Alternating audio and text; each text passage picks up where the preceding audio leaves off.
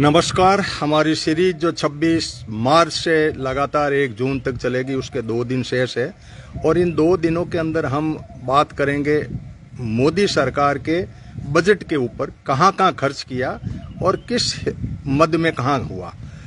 मैं शुरू करता हूं भारतमाला से, जो पीपीपी योजना में डाल करके भारतमाला के बहुत सारी सड़कें गति शक्ति योजना और इसके तहत बनाई गई और सारी बना करके और प्राइवेट को हैंड ओवर कर दी गई। सबसे बड़ी बात है कि आपको प्राइवेट को हैंड ओवर करना ही था तो सड़कें उनके खाते में बनती, लेकिन हमने 205 करोड़ का लोन, इसमें 45 करोड़ तो राजस्थान नहीं स्टेट के हैं, राजस्थान नहीं सभी स्टेट के, और 155 करोड़ 160 लाख करोड़ रुपए जो है वो उन्होंने लोन इधर उधर से लेकर के सड़कें और दूसरे जो इंफ्रास्ट्रक्चर है उस पर खर्च किया। इसी तरह से सागरमाला के तहत 7,500 किलोमीटर की हमारी सागरमाला का जो समुद्र तट है उसको डेवलप किया गया और फिर अडानी को हैंड ओवर कर दिया गया, पूरा का पूरा डेवलप करके, और जो भी चीज़ उसने बताई उसका पूरा ढांचा हमारी जनता के पैसों से या लोन लेकर के उसको बना करके भारतमाला का जो प्रोजेक्ट थे वो पीपीपी में बना करके और उनको दिए गए। तो एक तो ये खर्चा यहाँ हुआ। एक बजट टूरिज्म डिपार्टमेंट के ऊपर इन्होंने जच के खर्च किया। टूरिज्म के अंदर इन्होंने डेस्टिनेशन 50 डेस्टिनेशन तय किए और सर्किट बनाए गए, रामायण सर्किट, सीता सर्किट, और इस तरह से वहाँ जच के पैसा लगाया। उज्जैन का जो है अपना वो भी है, केदारनाथ, बद्रीनाथ, और इस तरह से ये एक खर्चा हुआ। शिक्षा का बजट के अंदर इन्होंने इस तरह की कलाकारी की कि शिक्षा को इन्होंने सेल्फ डिपेंड करने के लिए फीसें बढ़ा दी, बच्चों से लेकर के आप अपनी यूनिवर्सिटीज़ को चलाओ, ये ढांचा खड़ा कर दिया। मेडिकल, इंजीनियरिंग और सारे के अंदर ये पैसे बढ़ा करके इस तरह से शिक्षा के मामले में कर दिया। एग्रीकल्चर के ढांचे में इन्होंने क्या है कि इंफ्रास्ट्रक्चर खड़ा किया एग्रीकल्चर का, लेनी वो गोडाउन्स वगैरह बनाने के अडानी के फेवर में किया गया। यानी बजट के हर हेड में कुल 102 हेड हैं भारत सरकार के, जिसका हम विश्लेषण कर रहे हैं, और उसी के तहत हमने जब देखा तो शिक्षा, दीक्षा, चिकित्सा और इनके अंदर जो था वो इन्होंने अपने जनता के ऊपर ही पूरा भार डाल दिया। अब रहा सवाल बजट के मामले में, तो इन्होंने जो है जीएसटी, कई एग्रीकल्चर और इन पे जीएसटी, इनके एप्लायंस है इन पे अच्छी खासी बढ़ाए रखी, और हीरे का व्यापार सूरत में तो वहाँ जीएसटी 0 कर दी। इसी तरह से इनके ईज ऑफ डूइंग बिजनेस के नाम से बहुत सारे काम भारत सरकार ने किए। हमने बिलों के बारे में पूरा वर्णन किया। आप ग्लोबल यूनाइटेड पंचायत नाम से जब यूट्यूब चैनल उस पर जाएंगे तो एक एक बिल के ऊपर हमने काफ़ी विश्लेषणात्मक रूप से शॉर्ट में अपनी बात को रखी है, आप भी उसमें देखिए।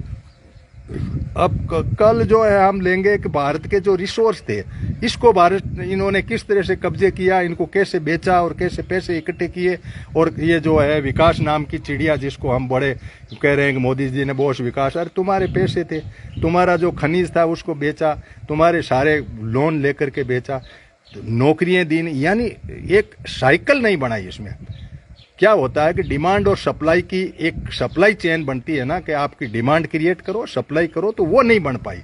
वो तब बनती है कि आप उसके अंदर पैसा इस तरीके से इन्वर्ट करो, सर्विस सेक्टर को भी ले, एग्रीकल्चर को सेक्टर को भी ले, इंडस्ट्री सेक्टर को लो, उसके देने के बजाय इन्होंने एक तरफा इंफ्रास्ट्रक्चर पे पीपीपी के नाम से खड़ा करके इंफ्रास्ट्रक्चर और प्राइवेट के हाथ में दे दिया और उसको कह दिया तुम रोजगार दो, तो उन बंदों ने रोजगार किसी हिसाब से दिया नहीं। एग्रीकल्चर के गोडाउन्स बना करके बहुत लंबे लंबे इनको बना करके अडानी को दे दिए, वो सारे के सारे पीपीपी में।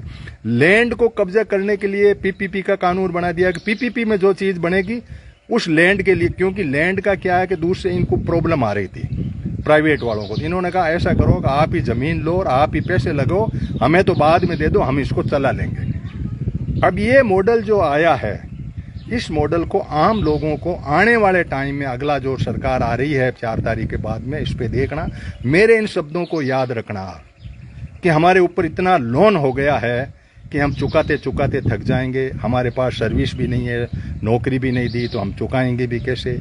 एग्रीकल्चर सेक्टर भी दूर से प्राइवेट के अंदर क्लस्टर बना के हैंड ओवर कर दिया, गोदाम बना करके एफपीओ और एफपीसी के मार्फत जो फार्म प्रोड्यूस है उसको इकट्ठा करके एक्सपोर्ट करने की कवायद कर दी। यानी जनता के हित में काम कम और कॉरपोरेट के हित में ज़्यादा। अब कॉरपोरेट के हित में फंड के सिवाय जो दूसरा काम किया इन्होंने ईज ऑफ डूइंग बिजनेस के नाम से, वो था कि जितनी भी गलतियां ये करें इंडस्ट्री वाले, उनके लिए जेल के प्रावधान थे, हथकड़ी के प्रावधान, उन सबको हटा दिया। 1562 बिल तो इन्होंने गायब भी कर दिए, रिपील कर दिए, उसका तो कोई लेना देना ही नहीं, खत्म ही कर दिया कि इसमें चलो छोड़ो इनको तो। और जो दूसरे बिल बाकी बचे उसके अंदर जो कोई भी वो धारा थी उसको सिविल में कन्वर्ट कर दिया, इंडियन पेनल कोड के सिवाय जहां हथकड़ी लगने की, जेल लगने की, जमानत की थी, वो धाराएं हटा करके सिविल का मतलब ये होता है कि आपके ऊपर कोई एक नोटिस आएगा, आप उसमें छोटी मोटी पेनल्टी जमा करा दो और उसको माफ कर दो। ये जो व्यवस्था खड़ी की गई ईज ऑफ डूइंग बिजनेस के नाम में, पैसा भी उनको दिया गया, सुविधा भी उनको दी गई और इंफ्रास्ट्रक्चर भी उनके लिए बनाया गया। आम जनता को दिया गया 5 किलो गेहूं।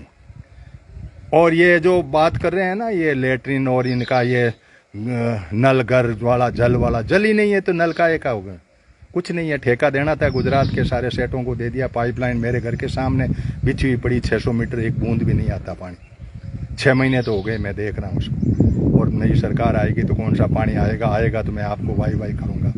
आपने लेटरिन भी बनाई तो एक्वा फिल्टर नहीं बनाई। एक प्रति कैपिटा 7 लीटर पानी का मेरा एक वीडियो है, आप खर्च कर रहे हो, आपको उस लाइन पे ही नहीं बढ़े। आप जनता को शासन देना, जनता अपनी व्यवस्था में बनाती, सामुदायिक लेटरिन्स बनती, उससे अपना काम चल जाता है। इंडिविजुअल पैसे क्यों आपने बर्बाद किए?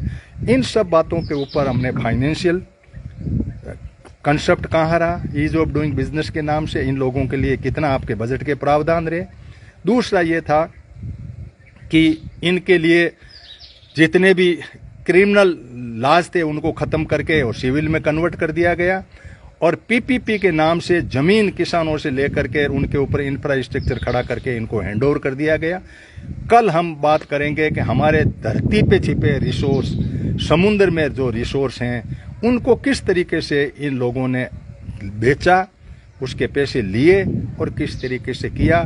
जनता के ऊपर बोझ डाला गया, वो पेट्रोल डीजल का भार और महंगाई का भार डाला।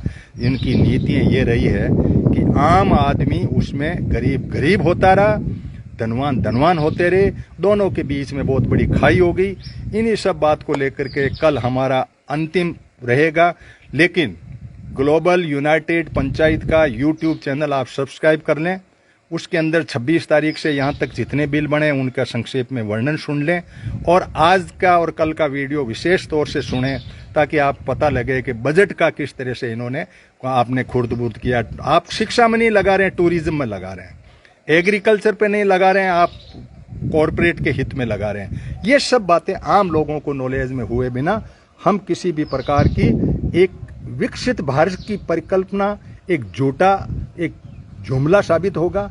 इन्हीं सब शब्दों के साथ में कल लास्ट दिन है हमारा, मिलेंगे फिर। हम सिर्फ 1.5 मिनट की रील के ऊपर अपनी बात को रखेंगे शॉर्ट में, बीच में गैप डाल के। 4 तारीख के बाद में एक नया एजेंडा शेडो कैबिनेट के फॉर्म में हमारा छाया मंत्रिमंडल बनेगा, जो इन सरकारों की एक एक चीज के ऊपर नजर रखता है और आप तक इसको पहुंचाता है। हमने एक एक चीज का बजट का विश्लेषण किया, इनको शॉर्ट में आपके बीच में बात कही कि कहाँ कहाँ पैसा इन्होंने लगाया। शिक्षा में क्या किया कि प्राइवेट को करके बच्चों पे फीस डाल को, चिकित्सा में क्या किया, इंश्योरेंस करके पैसे लेकर के आयुष्मान कर दो। इसी तरह से जो रिसर्च थे उसको साइड में कर दिया। इन सब बातों को आपको ध्यान में रखना चाहिए इस विकास की कड़ी के ऊपर कि हमारे बच्चे किस तरीके से किस देश में दिशा में ये बढ़ रहा है।